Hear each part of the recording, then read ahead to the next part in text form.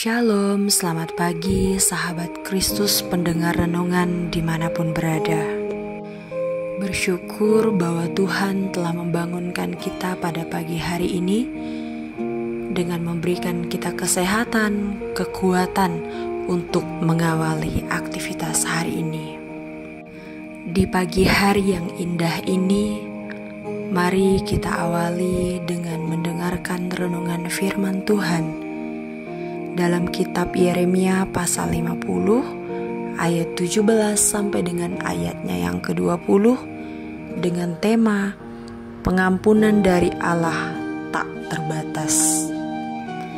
Nabi Yeremia mengumpamakan gembala sebagai penyebutan untuk para pemimpin Israel dan juga Yehuda. Para gembala yang dimaksud adalah raja-raja Israel dan juga raja-raja Yehuda. Sejatinya, tugas raja adalah menggembalakan umat Allah, sehingga domba-dombanya hidup damai, sejahtera, aman, dan memperoleh keadilan. Tetapi fakta yang terjadi adalah raja-raja tersebut bukannya memelihara dan menjaga domba-dombanya, tetapi malahan mereka membiarkan domba-dombanya sesat dan berserakan ke sana kemari. Akibatnya adalah Israel dan Yehuda ditaklukkan oleh negeri Babel. Kendati pun demikian, Allah tidak akan membiarkan Babel berjaya, melainkan Allah juga akan menjatuhkan negeri Babel. Dengan jatuhnya negeri Babel, orang Israel dan Yehuda di tanah Israel pun akan bertobat. Mereka yang telah berlaku tidak setia akan kembali datang kepada Tuhan dengan menangis dan sambil berseru. Dan hebatnya Tuhan Allah kita, saudara, Dia tidak hanya menerima kembali bangsa yang telah bertobat itu, tetapi juga menghapuskan kesalahan dan dosa-dosa mereka serta tidak mengingatnya kembali. Mereka yang dimaksudkan oleh Nabi Yeremia di sini adalah sisa-sisa orang Israel yang tertinggal. Orang Israel yang tertinggal itu akan dipelihara dan diampuni oleh Tuhan setelah masa kesengsaraan mereka yang mereka alami akibat kesalahan yang telah mereka lakukan. Sadarkah saudara bahwa di dalam Tuhan selalu ada pengampunan yang tak terbatas? Semua kita yang pernah terjatuh ke dalam dosa, semua kita yang pernah terhalau karena dosa, semua kita yang merasa tidak layak di hadapan Tuhan karena dosa yang telah kita lakukan. Dan jika kita menerima pertobatan dengan kesungguhan hati, maka percayalah, Allah akan menyambut kita dengan penuh kasih sayang. Akan tetap ada pengampunan bagi setiap manusia yang menyesali dosa-dosanya dan kemudian bertobat.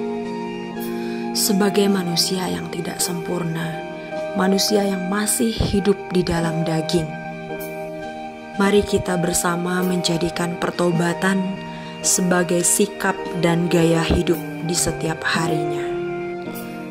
Tetapi jangan ada kita yang berpikir karena Allah memberi pengampunan tak terbatas, lalu kita bertindak seenaknya, melakukan perbuatan dosa, melanggar titah Tuhan, dan berbuat semena-mena. Kita harus sadar bahwa Allah membenci dosa, tetapi Allah menerima kita yang bertobat dari melakukan perbuatan dosa. Mari lakukan pertobatan setiap hari dengan pertolongan Tuhan. Amin. Mari kita berdoa. Tuhan Yesus Kristus, kami bersyukur kepadamu buat kebaikan Tuhan dalam hidup kami. Bersyukur bahwa kembali hari ini kami boleh menjalankan aktivitas, rutinitas, dan juga pekerjaan kami. Demikian firman-Mu telah kami dengar. Biarlah kami boleh menjadi orang yang terus mengingat bahwa Tuhan memberikan pengampunan tak terbatas bagi kami. Dan Tuhan akan menyertai setiap kami, bahkan menyambut kami yang bertobat. Terima kasih Tuhan Yesus, meteraikanlah kebenaran firman-Mu dan bantulah kami untuk hidup di dalam pertobatan di setiap harinya. Kami akan melaksanakan aktivitas pekerjaan kami di sepanjang hari ini, memohon penyertaan Tuhan untuk kami dari pagi, siang, sore hingga malam. Biar apa yang kami lakukan boleh berkenan di hadapan Tuhan, dan apa yang kami kerjakan boleh menyenangkan hati Tuhan. Jadilah tiang awan bagi pekerjaan dan aktivitas kami di sepanjang hari ini. Kami akan mengawali dan melakukan aktivitas kami hari ini di dalam nama Tuhan Yesus Kristus. Kami berdoa dan mengucap syukur. Amin. Selamat beraktivitas, Tuhan Yesus memberkati. Shalom.